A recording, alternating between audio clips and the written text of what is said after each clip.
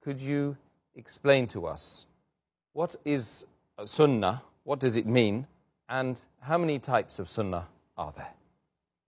Alhamdulillah, wassalatu wassalam ala rasulillah wa ala ali wa sahbihi ajmain, amma ba'd.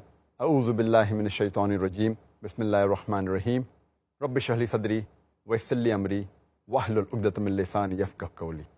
The word sunnah literally means the way or the custom, and the sunnah of the Prophet means the way of the Prophet or the Prophet's tradition. The word sunnah, it indicates and means the sayings, the deeds, and the approval of the Prophet in the span of 23 years during his prophethood. It means what the Prophet said, what the Prophet did, and what the Prophet approved in the span of 23 years during his prophethood. And the Sunnah of the Prophet can be divided into three types. The first is Sunnat-e Qawli, that means the sayings of the Prophet. The second is Sunnat-e Fa'li, that means the actions of the Prophet. And the third is Sunnat-e Takriri, which means the approval of the Prophet. So basically, these three types of Sunnah are there in three different categories. Okay, that seems very straightforward. But could you perhaps, for the benefit of the viewers and myself, cite some examples of each of the different categories you've mentioned?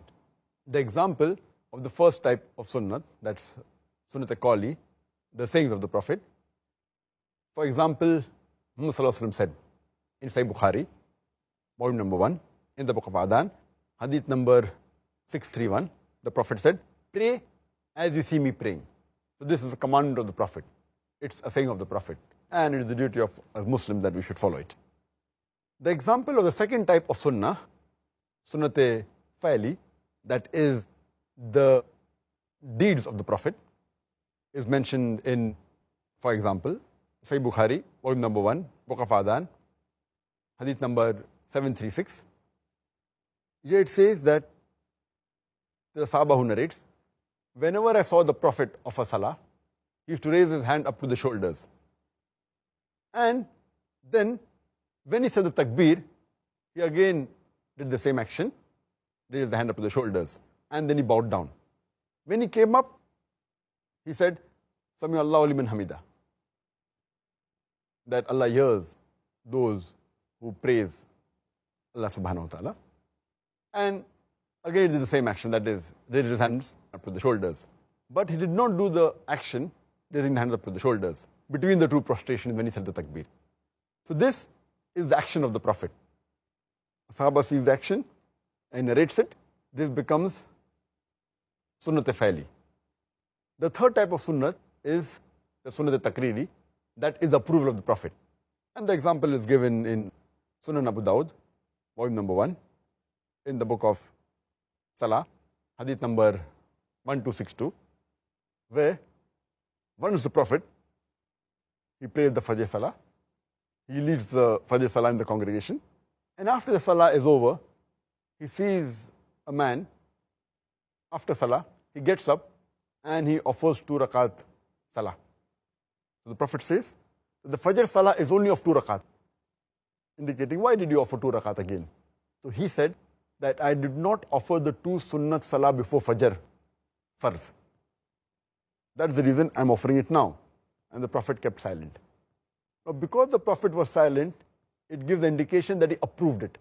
Because if something is wrong, it's the duty of the Prophet to correct it. So because he kept silent, it gives an approval. So this comes in the third category of Sunnah, that's Sunnat-e Takriri, approval of the Prophet. In these three types of Sunnah, if all the hadiths are authentic, all the hadiths are sahih, the Sunnah that carries the maximum weight is Sunnat-e Qawli, that is the sayings of the Prophet.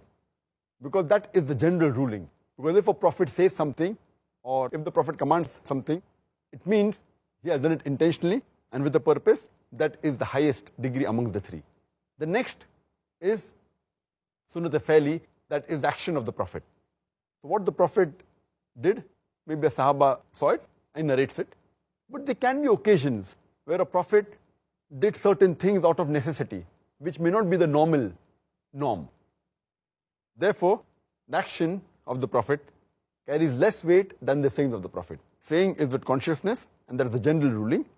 And if there is a difference between the saying and the action of the prophet, the saying of the prophet carries more weight. Because maybe the action was done out of some reason or out of some purpose, which the person who is seeing it, he may not be aware of it. And we'll have such examples. I'll give some examples in future, inshallah, in this episode. And the third amongst the three is the Sunnah approval of the prophet. That means he kept silent, that means it is approved, it is permissible.